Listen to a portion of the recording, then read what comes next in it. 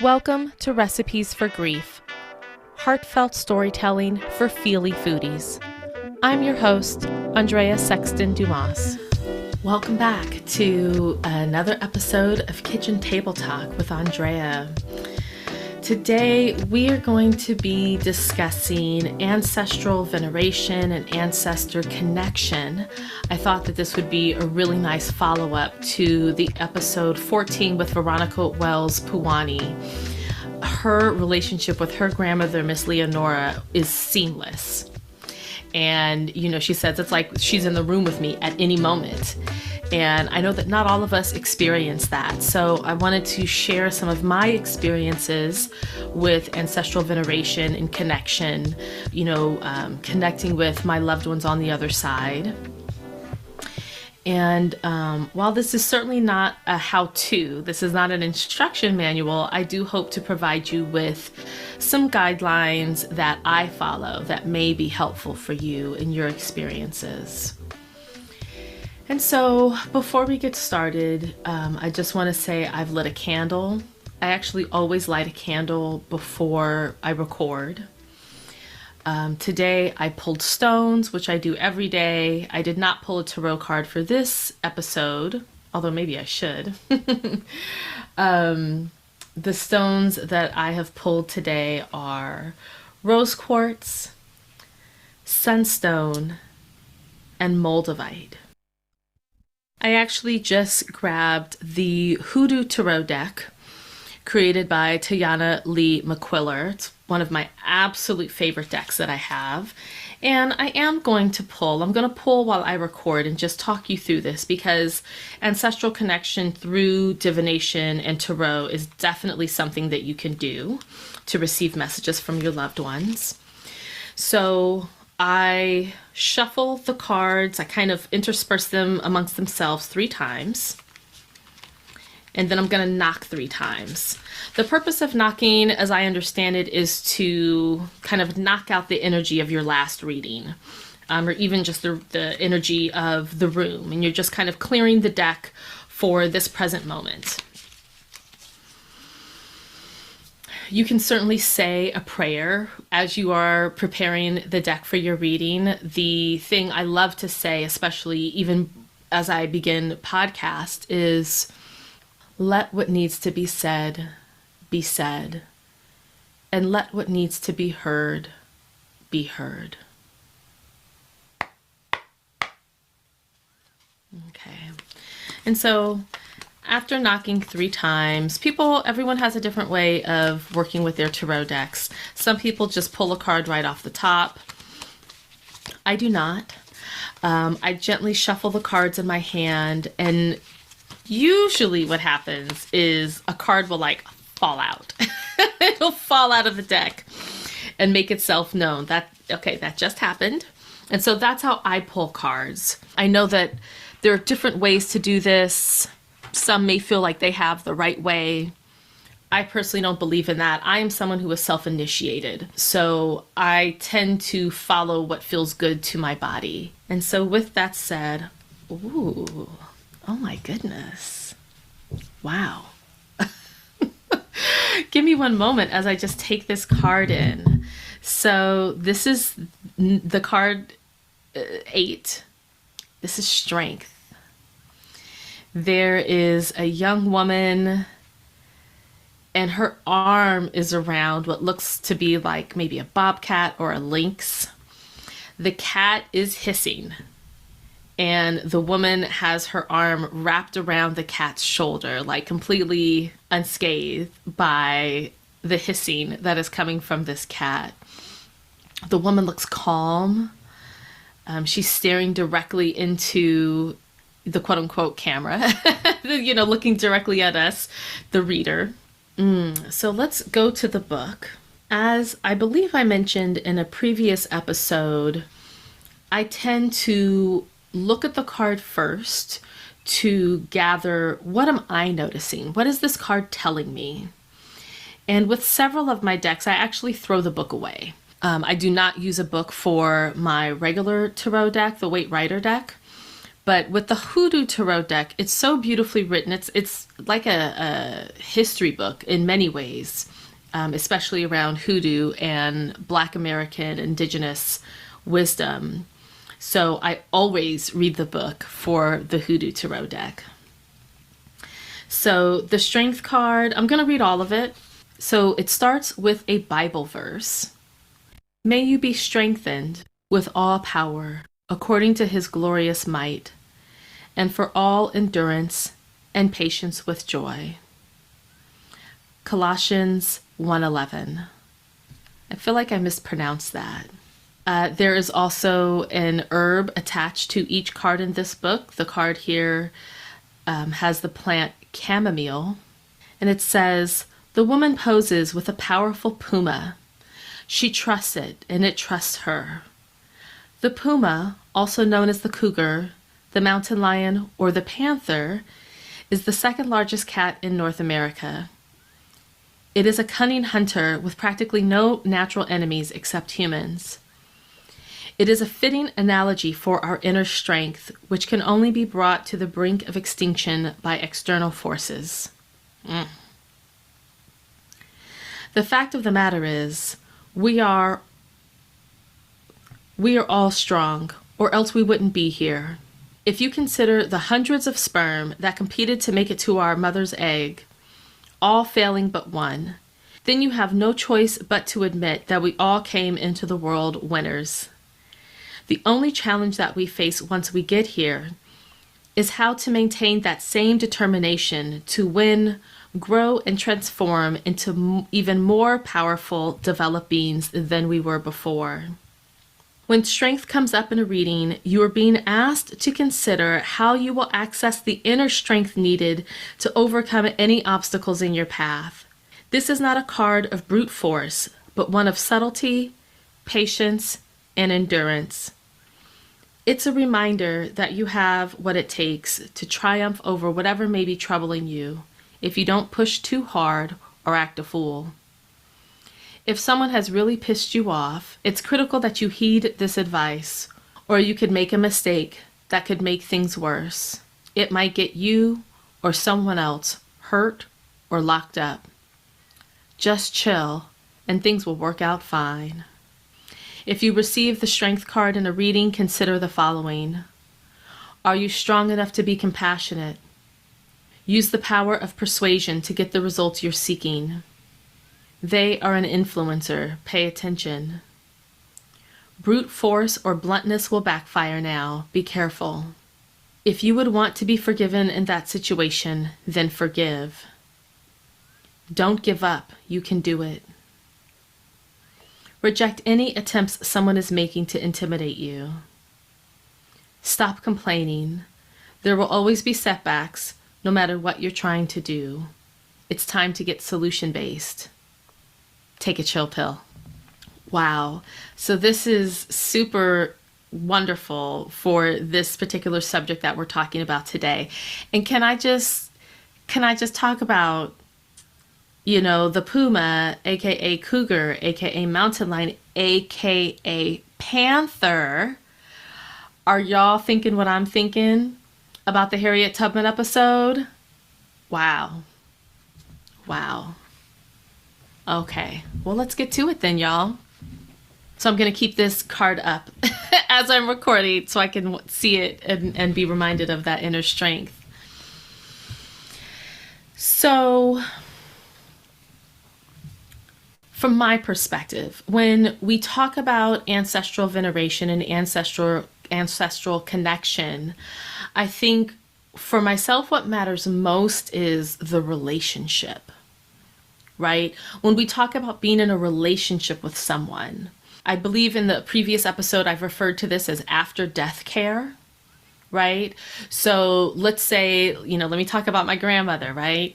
When she was alive, after I moved out of the house and I was in college and I'd come back, I'm still going to wash her dishes for her. I'm going to help sweep the floor, right? I'm still going to be in a deference role to her. Of course, my grandmother has given me so very much. And even as an adult, she would still cook for me a little bit. She was in her late 90s at that point. But it was a relationship. I wasn't just going to her house, gimme, gimme, gimme, right? That is for young children. Young children, it's appropriate for them to say, make me a pie, make me a sandwich. I'm hungry. Can I have this? Can I have that? But as we move into adulthood and maturity, it's a more even relationship. And so I'm not just there to say, do things for me. I'm here to say, here, let me sweep the carpet. You rest. You have some thank you notes to write. Let me write those for you. So I'm going to be in an exchange of energy with her. And speaking for myself, I love reverence. This is probably a side effect of being raised in a Catholic church. But other folks, you may have a more familiar relationship with your grandmother or whoever your deceased loved one is who you're trying to connect with. It may be more like, hey girl, how you doing? Versus, hello, ma'am, And so you're going to feel into that. For myself, I am finding that the person who I'm communicating with is really going to let me know what is most comfortable for them. Like what energy do they want me to come to them with? I personally start out as very reverential. I like deference. I like honoring elders for that position that they've earned in my relationship with them. But also, and actually this has happened with my parents, because I was so young when my parents were sick and died, I had this very little girl, big parent synergy happening. And my parents have really transformed it to be no, we don't want that. We were sick. So they often show up to me before I was born or in their early marriage or even before they even met each other. My father often shows up super young, 19.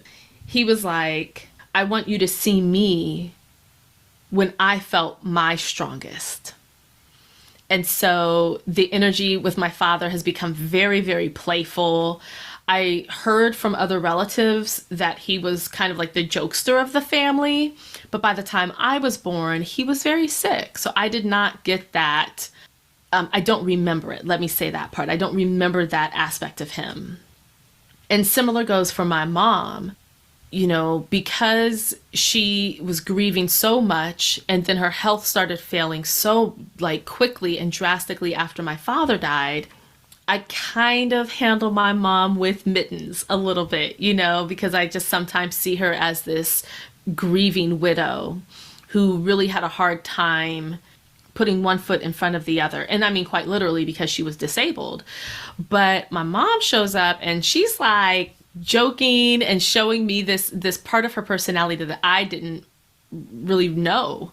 And so, perhaps if you come into the situation, you come to the relationship with some reverence and respect, but then also being open to what they are wanting and what they are asking you to show up with so that you can match their energy. And this is the same for the relationship with place.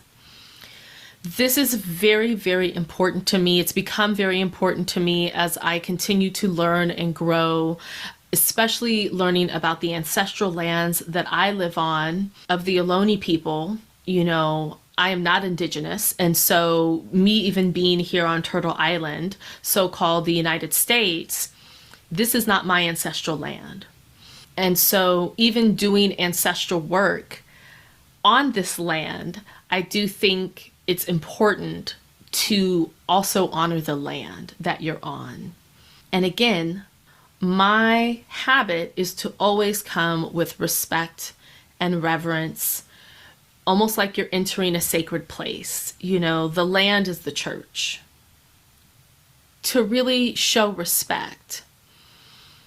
I'm actually thinking of, and I don't know if this is, appropriate for me to say, but when I was doing my research on Harriet Tubman and I was listening to other podcasts and reading different things, and there was a podcast that I listened to, and the way they were talking about her, there was no respect on her name at all.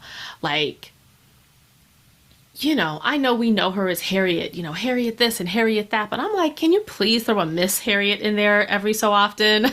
like, like, can you please pretend like you're sitting at her feet?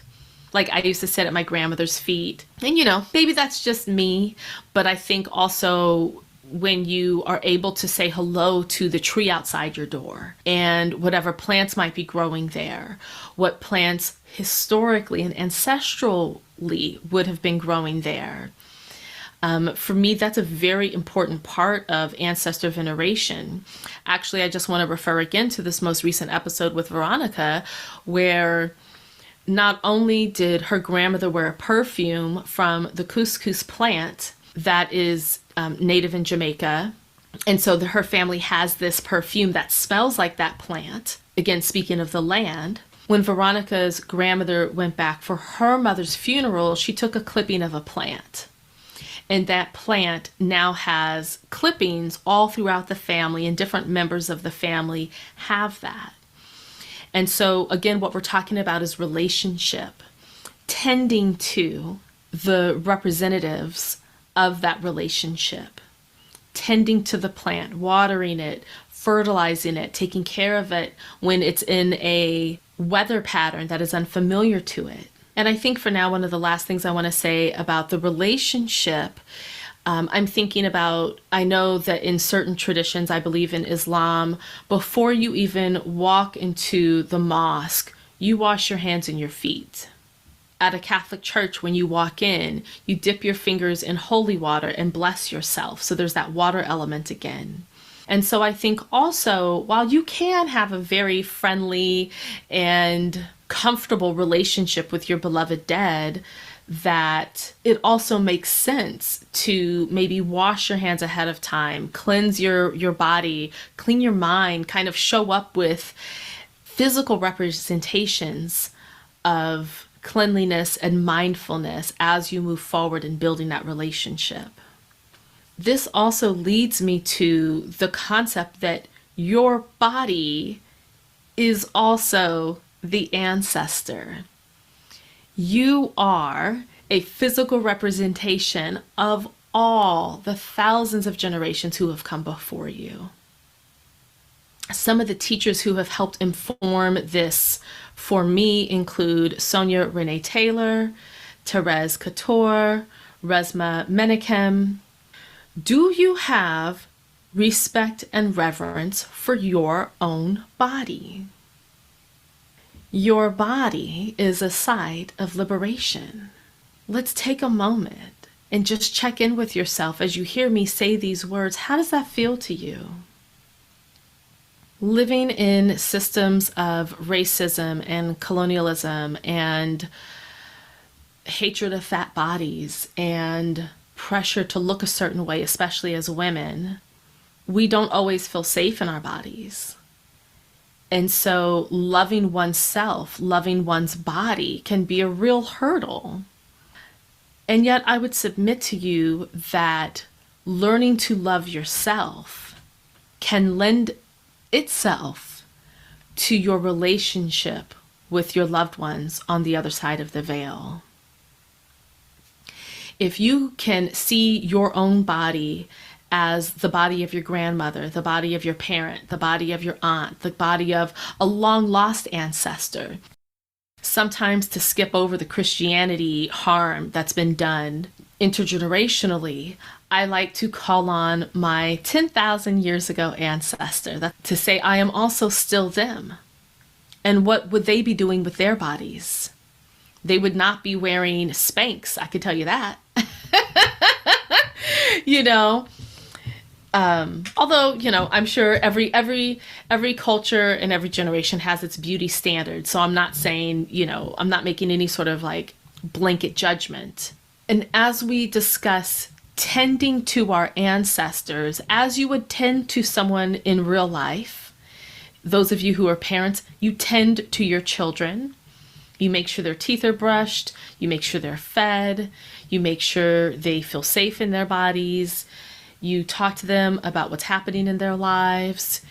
And you can certainly transfer this on to your beloved dead, checking in with them, what's going on with you, talking to them, but also allowing space to listen to them. can you also make room to do that with your body? What's going on with you? How you feeling? You got a little ouchy. What happened? What do you need? Speaking for myself, the past 5 years of endometriosis and everything that followed after I had a cyst burst in September of 2019, and then everything kind of escalated, I had no choice but to slow down with my body. I spent a lot of time in bed. I spent a lot of time on the couch. And even though I'm someone who loves listening to podcasts and certainly loves television, I needed a lot of quiet. And it was in those quiet moments that my body was able to talk to me and tell me what it needed. And actually, through that experience, I was able to connect with my mother. You know, the symbology of endometriosis in my uterus. I came from my mother's uterus. You know, I, as an egg, was in my mother's fallopian tubes when she was in utero with her mother, my grandmother. And that part of my body was causing me so much pain. And so, dare I say, it really helped me with beginning to tend to that maternal line that I don't really know much about at all. My mother's mother died before I was born, and she didn't really speak a lot about her. I was also very young. I didn't know what questions to ask. Dare I say, I've done some healing on the matrilineal line. And so just paying attention to your body. And I feel like always, no matter what we're talking about, please always remember the systems that we live under. Capitalism, racism, sexism, misogynoir, imperialism.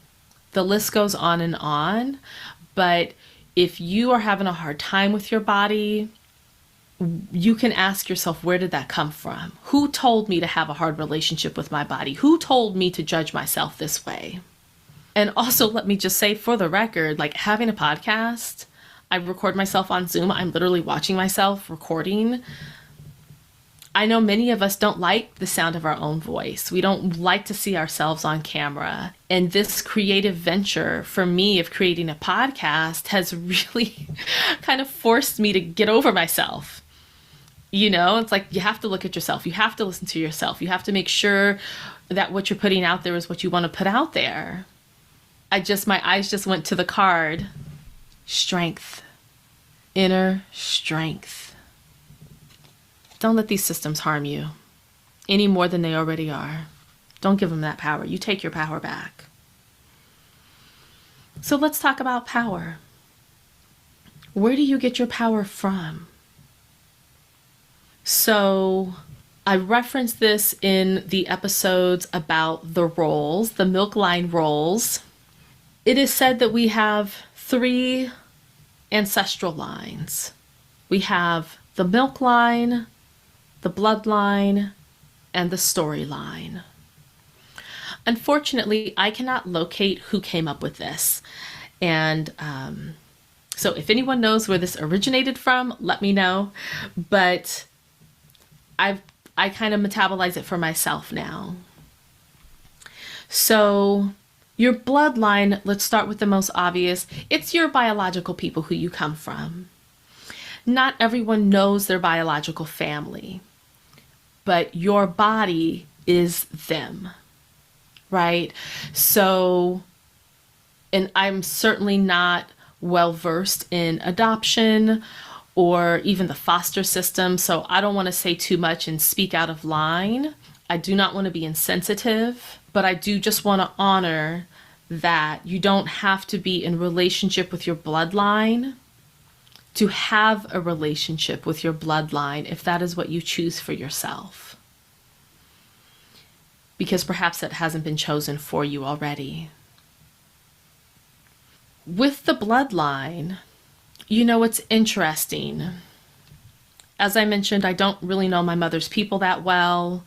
Even the ones who are alive today, I'm not really in relationship with anyone. I have one cousin who I do text. couple times a year, a few times a year, and they're very sweet texts, but that's about it. I say all that to say the relationship with my mother's people is just distant to non-existent. And through the past 5 years, with the matrilineal healing that I've been doing through endometriosis and infertility and subsequent hysterectomy, I've been working on a relationship with my mother's people. So a few months ago, I read a book, Take Back the Magic by Perdita Finn. There's actually going to be a whole list of authors and books that have helped me along my journey. So do look for that on the episode page of your podcast player. But this specific book, Take Back the Magic, I heard the author on 2 separate podcasts within a day of each other. And then I immediately got the book, told everyone I know about it, and just recently hosted a book chat in my home about this book. So it's had a very strong impression on me. She is saying in this book so many of the things that so many of us are picking up on already. So I'm in the middle of reading this book. I'm at work and I get a notification on my phone from my Ancestry.com account that there's a new hint about a particular ancestor. I'm like, okay, cool. That's not uncommon. So I log into my Ancestry.com account, and the hint that had been provided for me was about a document called the Protestation Returns of 1641 and 1642. It is a list of English males over the age of 18 who took or did not take an oath of allegiance to, quote, live and die for the true Protestant religion, the liberties and rights of subjects, and the privilege of parliaments, end quote. Now, this gentleman is my 10th great-grandfather, John Mark. Obviously, I haven't really, seen him personally, but now I have this key information and he did sign this document, which means he's a fighter. Like, he literally said, I will lay down my life to make sure Catholicism does not come to Cornwall. Wow. So, I'm taking all of this in. A lot of the documents and the hints that Ancestry.com provides are just more so like wedding records and birth certificates, baptismal records, and that sort of thing. So this was like a really interesting part of the puzzle that I had not had any idea about. And it gave me an insight into the history of my family. Haven't always been Catholic, right? Not every line was always Catholic all the time, obviously, but specifically speaking on my mother's side, the white side. And not only was he not Catholic, but he said, I will fight until I die to make sure we're not Catholic. Well, okay. I think he was about 14 years old when he signed this document, by the way. So I'm at work, working, kind of, and I'm thinking about this gentleman, John Mark. I'm thinking about Cornwall, I'm thinking about Protestants, I'm thinking about Catholicism. I'm just thinking about all of this and kind of letting it marinate throughout the day. That evening, when I leave work, I'm walking with my dog before we get into the car. Choo-Choo definitely comes to work with me every day. And I kid you not, I find a copper anklet on the ground. Now, I am notorious for finding things on the ground. It happens all the time. And I already wear copper bracelets most days. But to find a copper anklet made in the same fashion of my bracelets was, it's not a penny. I normally just find pennies, but it's like, whoa, like a whole anklet? Wow. One of the things I also know from my research about Cornwall over the years is that it's a mining town. It's a mining area. The gentlemen were miners for many, many generations. And it supplied a lot of the metals to the church, especially tin, I believe. I believe that tin was one of the main metals there. Just for funsies, let's talk about alchemy real quick, because I do believe that that's a part of what we're speaking about, is taking one thing and transforming it into something else. Copper and tin make brass. So copper can be a softer metal. It's often used for like your water pipes. Tin is also pretty, I don't want to say flimsy, but I believe that it's like very flexible. But together they make brass, and brass is quite hard. I actually wear a lot of brass jewelry when I make my own jewelry.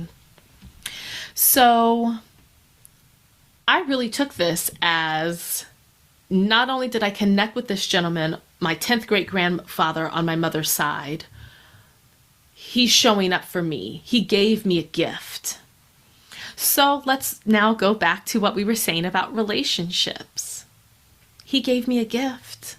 Well, what do you do when someone gives you a gift? You say thank you. You might write a thank you note. You might get them a gift or remember their birthday. So that evening, I set up a little altar for him. And I'm like, I don't know you yet. I don't have pictures, obviously. So I put a candle, I put the copper bracelet, and I put a glass of whiskey. And that's how I just started this little altar for him. It has since grown.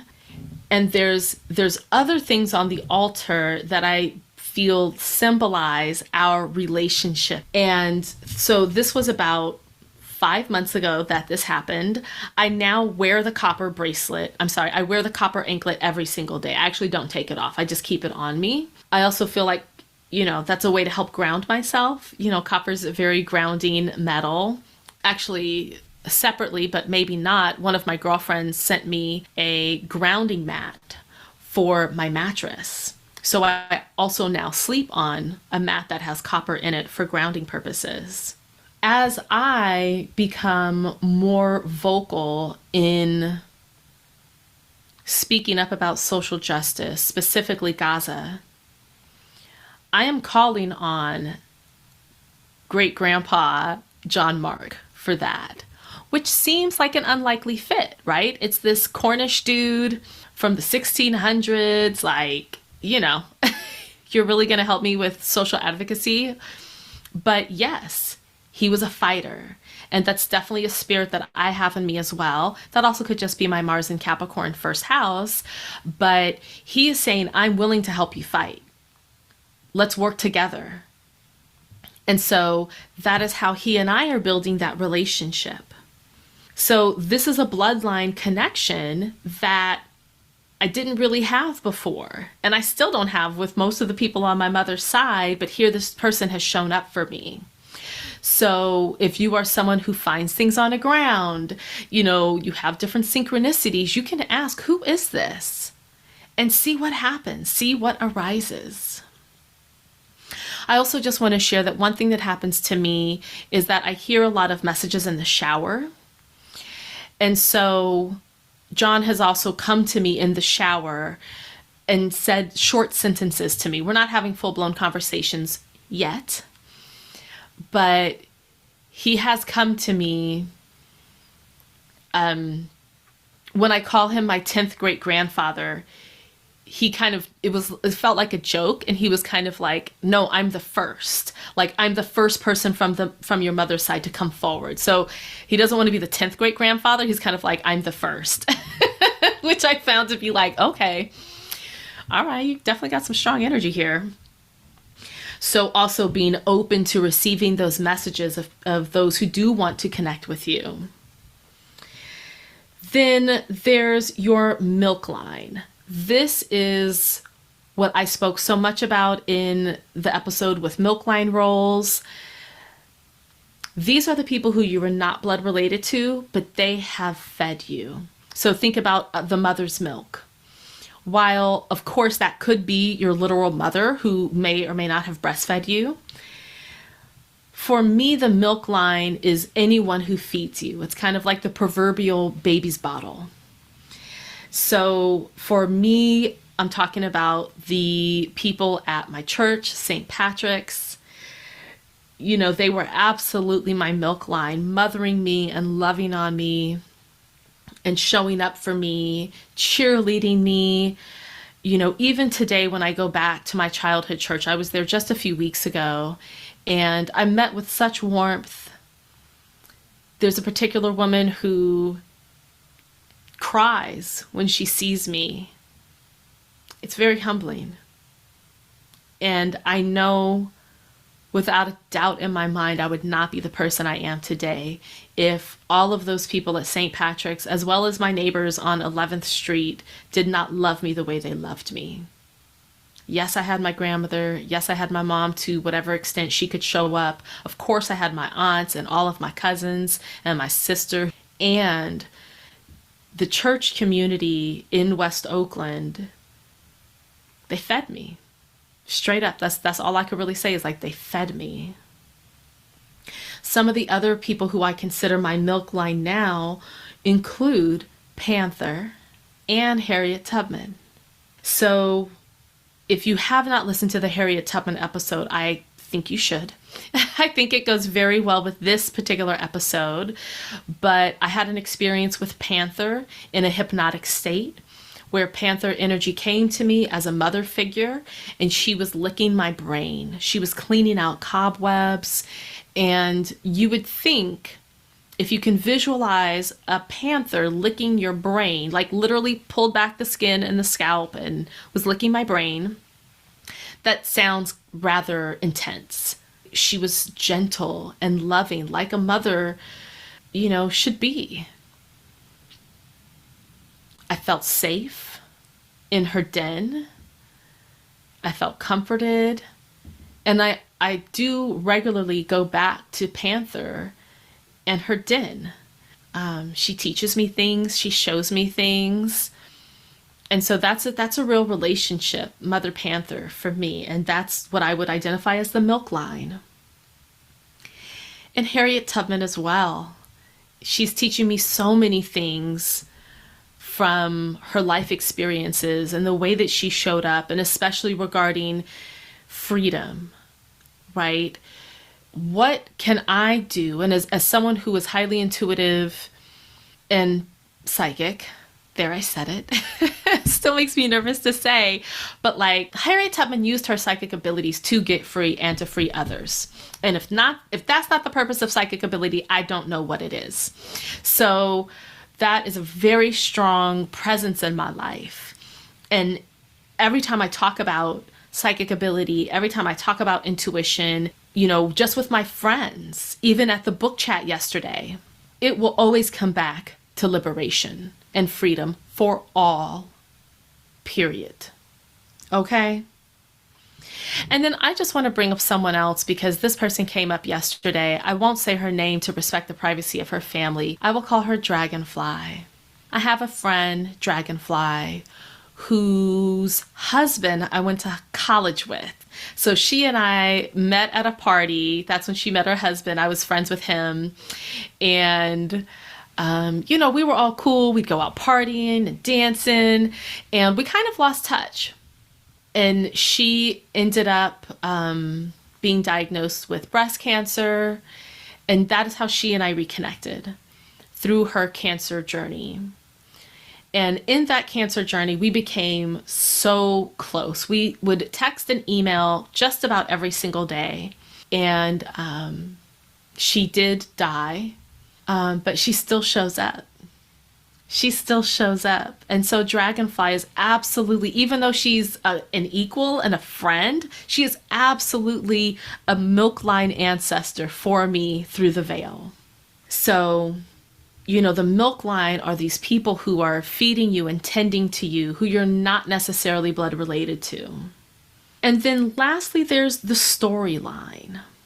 The storyline are the myths that speak to you. I think especially if you're someone who knows about Orishas or Greek goddesses or even pre-Hellenic goddesses, this might speak to you deeply. African fables, indigenous fables, there are these characters that show up that mirror things for us. You may have core people who you identify with, but you also might have folks who just arise for specific occasions in your life, for specific times. So, some of my storyline ancestors that I relate to include Chiron, the wounded healer, Spider, as well as the stone labradorite, Hecate as well, owl, certainly. So I'm not going to go into all of these. I'm just going to give a few examples. So, for example, with Chiron, and I'm not overly well versed in Greek mythology, there's a lot going on there. And then you also have to think about a very watered down explanation of who Chiron was is, half man, half centaur or horse, I believe, a skilled doctor who was unable to heal a mortal wound, but he was immortal.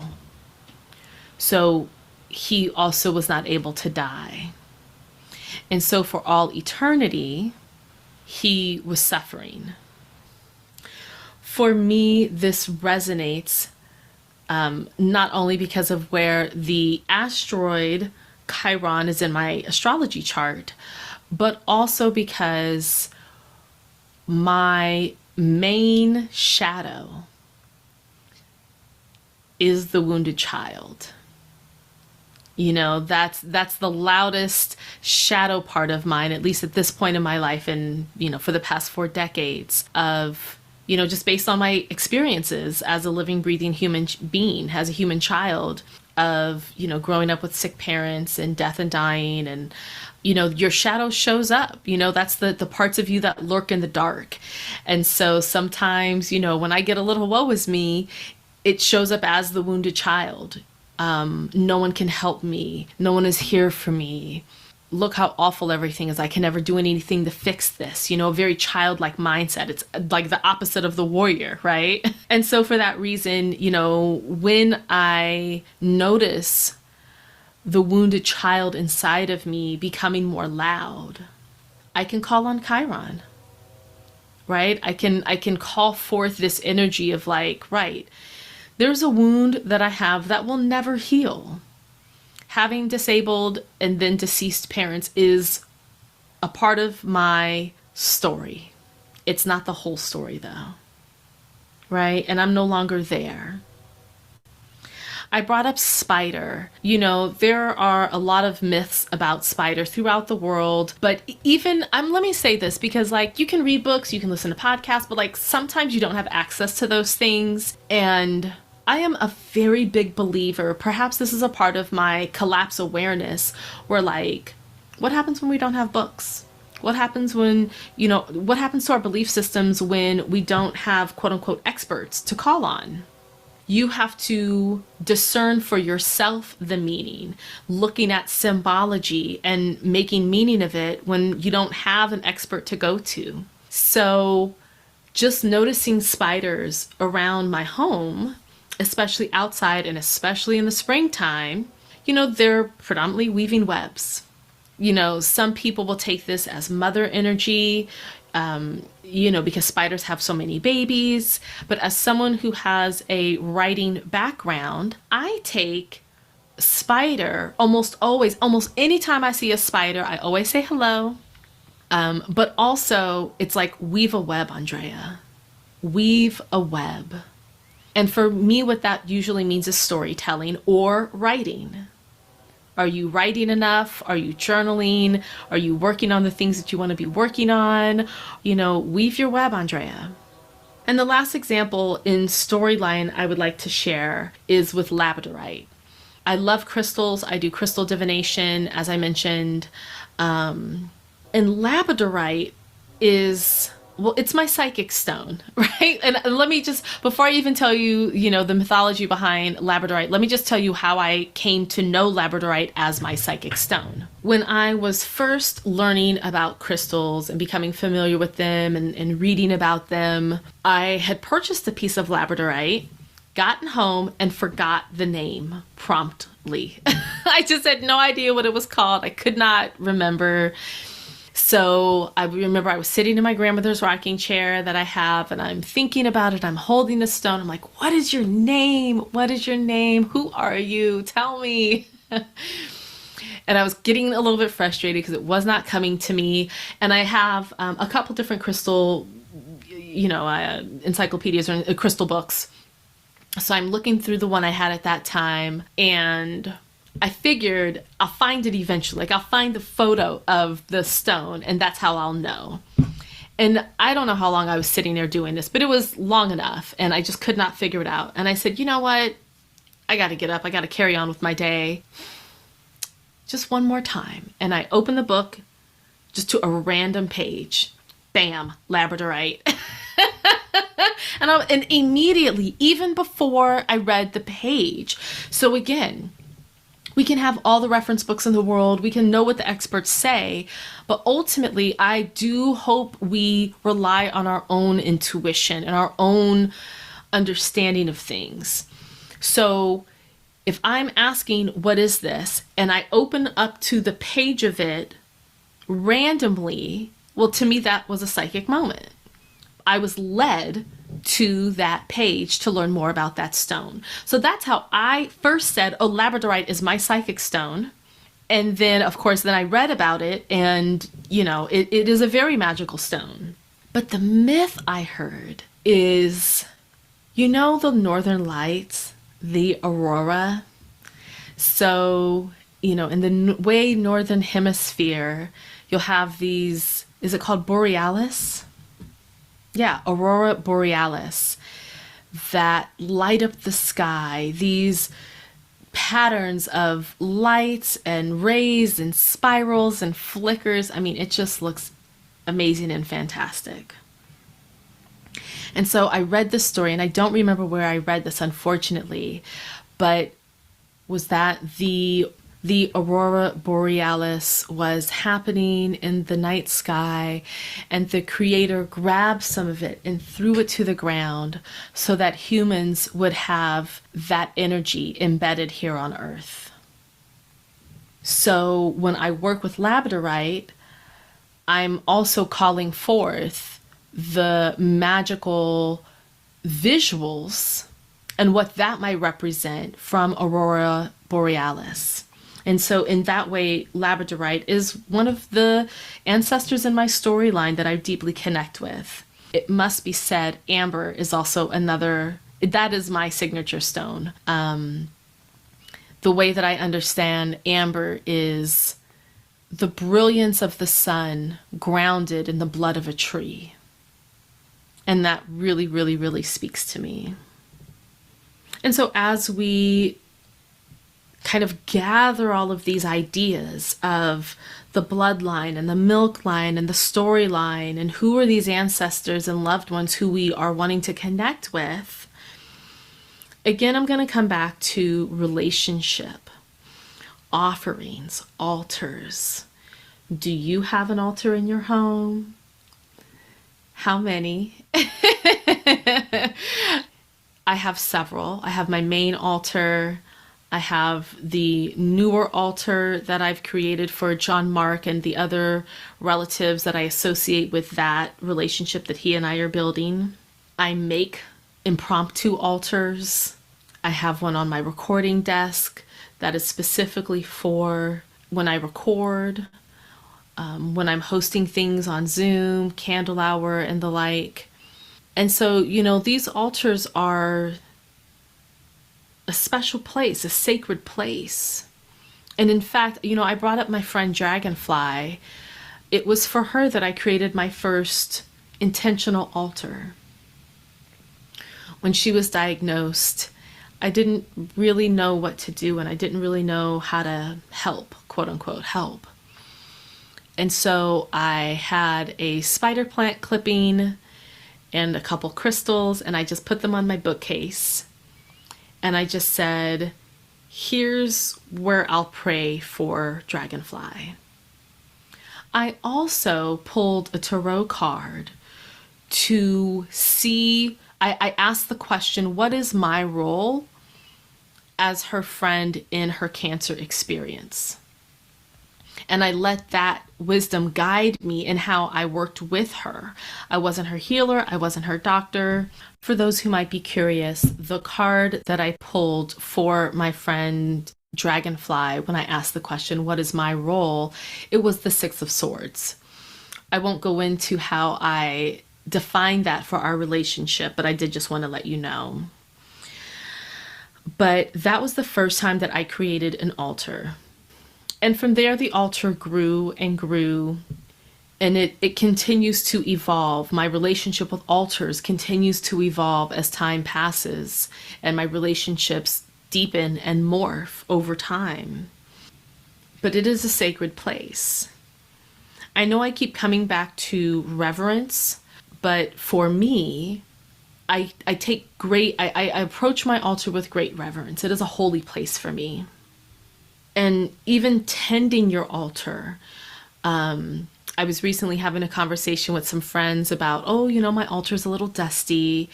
And of course that happens. We're humans. We live in a fast-paced society, so we're not always able to take the time and the reverence that we might want to clean our altars. And I would submit that because it is a relationship, just recognize, my interaction with this very important sacred place is dusty, right? Thinking again about your active relationships with your friends. When you don't call someone for a while, you don't reach out and they haven't reached out to you, or maybe they have reached out to you and they've texted you 3-4 times over the past 6 months and you're not really responding. Or maybe you're responding with one-word answers. It's that's a dusty friendship. You're not doing your part. They're doing their part. You're not doing your part. So that's kind of how I see my altar, as a physical representation of the relationship. And I absolutely make offerings. Right? So, you may have the tradition of leaving out food on particular days. You may make plates. Some people I know will pour their first cup of coffee in the morning and actually leave that out as an offering for the deity that they are in relationship with. You might give the best cut of meat to your ancestor as an offering, and then later put it outside so that the more than human can enjoy that. There are suggestions for things that you should have on your altar. Water to represent emotion, and a candle to represent fire. And, there are these, I won't call them rules and regulations, but gentle guidelines. While I do certainly follow some of those, I also use my intuition to build whatever altar I'm working on in the way that feels present and true, as well as aspirational. As I've mentioned, sometimes I find things on the ground, so often I will keep those things for myself. But if I find something really valuable, like a $10 bill, which happened kind of recently, I actually put that $10 bill on my altar, and it's going to stay there. I will never take that off. I have levels to my altar, which maybe we can talk about at a different time, but that $10 is for them because it's something that's valuable to me. So that's a sacrifice. We hear about sacrifices about when there's a sacred visitor, a community will kill an animal, and you may not always eat animal like goat or cow or pig, but you're going to slaughter the animal as a sacrifice to honor this honored guest that has come to your village. We hear about this with the Aztecs, that they might sacrifice virgins. I actually read something recently that said, if you view capitalism as a religion, we sacrifice more than anyone. We're literally throwing people into the fire for this religion that we hold. On a smaller scale with your altar, though, consider giving something really valuable as an offering, as a gift to your loved ones, which, coming from a scarcity culture, can be really difficult to think about like that, right? Oh, but I want this. I need this, and it's but can I give this as a sacrifice? I actually consider my hysterectomy an ancestral sacrifice, an offering. I have given my uterus back to those who gave it to me. And I think I'm still understanding what that might mean. But they have given me life. They give me guidance. And for the pain that my uteral space has held, and I had the blessing of pharmaceuticals and over-the-counter medications and hot water pads and being able to take time off work. And I'm not a parent. I know, there are parents who have, there are mothers who have endometriosis and have to parent in great pain. There are people who can't take time off work, can't take time off school, even though they can barely walk. And so when I think about, again, like that wounded child, like, woe is me, I'm having all this pain, like life sucks. And it's like, girl, you better count your blessings. Yes, you're wounded. Yes, it hurts. Absolutely, that is true, but you are not a helpless child. Look at all of the help you have around you and be grateful for that. Perhaps women in the past had to heat up stones as instead of a hot water pad, right? Maybe you just warmed stones over the fire and then maybe wrapped it in cloth to protect your skin, but also to apply heat. Well, stones are heavy. I'm laying in my bed with my hot water pack. I don't got to go nowhere. So I've been given many blessings, even through the light of this very painful experience that I was having. And it can always come back. So, who knows what the future holds. And so, yeah, my uterus is an offering. It is valuable to me. And please, you take it. My uterus is now on the other side. And in fact, let me share a poem I wrote about this. Disclaimer, I feel like I'm still working on this poem. Of course, I don't know that poetry is ever complete, but I'm actively still workshopping this poem. For mothers. Earth, air, fire, and more air. Dorothy had a tornado, but I had a fire windstorm. It's taken me decades to say out loud, too dry, too harsh, need water, and framework with steel beams. Calm the dust, nourish the soil, allow new growth. But now that I've said it, please take this uterus. I don't need it. Let your tears pour through it. It's yours now. The Tin Man needed a heart, but I am all heart. Blood, tears, scars. I am alive, and I am begging you, please, teach me to be the mother that you were denied to be.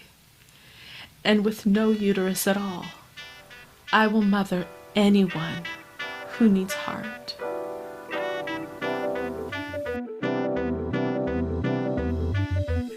Thank you for listening to Recipes for Grief. You can find more information about today's guest on the podcast page of your player, as well as their recipe card that's available on my website, AndreaSextonDumas.com. That's AndreaSexton, D as in donut, UMAS.com. If you'd like to share your recipe for grief, leave a 3-minute voicemail at the following number, and your message may be played on a future episode as a listener shout out. That number is 510-426-6041. That's 510-426-6041. Find me on Instagram and TikTok at Recipes for Grief. And now, here's a little advice from my grandmother. Life isn't easy.